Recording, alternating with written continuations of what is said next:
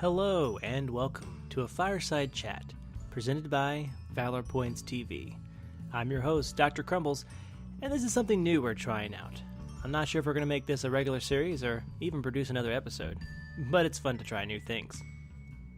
Today we're going to talk about the Elder Scrolls Online Beta.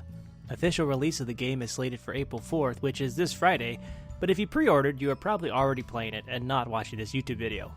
However, for those of you that are still on the fence on whether or not you should purchase ESO, stick around, and I'll give you my opinion.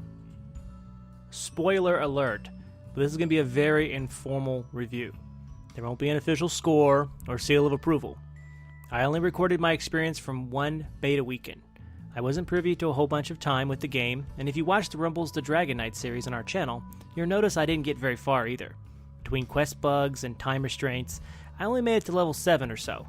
I didn't try out any PvP, that's really not my cup of tea, nor any of the group content.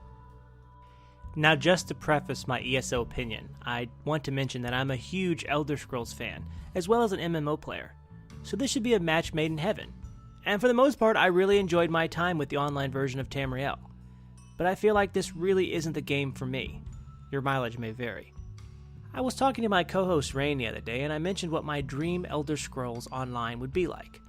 I envisioned a game where I could run along in my single-player world and invite friends to join my server, much like Minecraft does things. Now I realize this is a crazy idea, and will probably never happen, but it got me thinking about ESO and how I initially compared it to Skyrim and Oblivion. It's really not fair to compare a massively multiplayer game to a single-player experience, but it's hard not to draw parallels between both titles. I'm assuming I'm in the targeted demographic since I play both games in the Elder Scrolls series, and I enjoy the MMO genre. But after jumping into ESO, I realized that I was going to have a bad time if I kept comparing every little thing to Skyrim. The world is just not as detailed. Books and items and jewels and cutlery just aren't as unique and plentiful. In Skyrim and Oblivion, I was amazed at the attention to detail. But in a game where you have to sit server-side and not completely locally on your computer, I can understand that you have to tone these things back. In fact, if we compare things fairly between two games in the same genre, say ESO and World of Warcraft or Guild Wars 2, ESO comes out being arguably more detailed. In games like WoW, you were limited to finding materials from herbing nodes, mining nodes, or mob drops. But in Elder Scrolls Online, there was a lot of variety in random barrels having a bit of food or cloth to loot.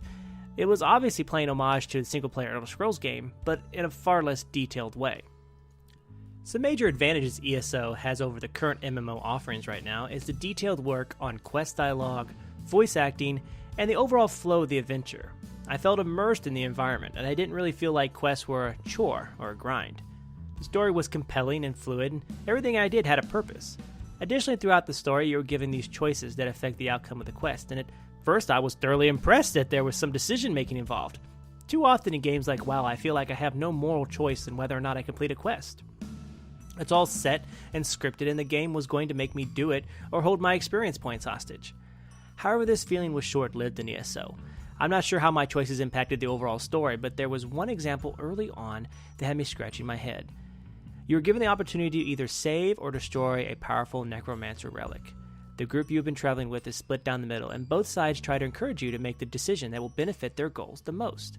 However, at the end of the story, I ended up pissing off the captain of the ship, and I thought, oh well, there goes my ride. The very next quest had me reporting to the said captain asking for a ride to the next hub. What was the point? I felt let down, but maybe things changed later on. At least it was still nice to have the illusion of choice. Another small criticism of the game is the number of classes. While ESO has a huge variety in races, and even factions when you think about it, I mean most games only have one or two, it left me wanting more when it came to class choice. Unfortunately, from a character creation standpoint, it was not clear whether or not there was a lot of differentiation on how I could play these 4 classes. Perhaps they were pulling a Rift or something similar where even though there was only 4 defined choices at the start, how I spec'd and geared made a big difference in playstyle. Call me a purist or old school, but I prefer well-defined classes. However, that may not be your preference, and it surely looks like the market is heading in the opposite direction. Still, not a game-breaking choice. I guess when it comes down to it, I haven't committed myself in one opinion nor another. I haven't displayed any strong positives that will have you pulling your credit card out and buying the game right now, nor have I presented anything overtly negative that'll have you canceling your subscription already. When I started writing the script, I wasn't sure how I was going to end it. ESO isn't a bad MMO. It actually looks pretty good. and even if you aren't a veteran Elder Scrolls player, you'll still find things to enjoy about the game. The story doesn't require you to know a bunch of Elder Scrolls lore, and if you enjoy the fantasy genre, then you'll like the storytelling. But in the end, the game just still left me feeling meh. The first time I logged in and played the tutorial, I was left frustrated and unimpressed.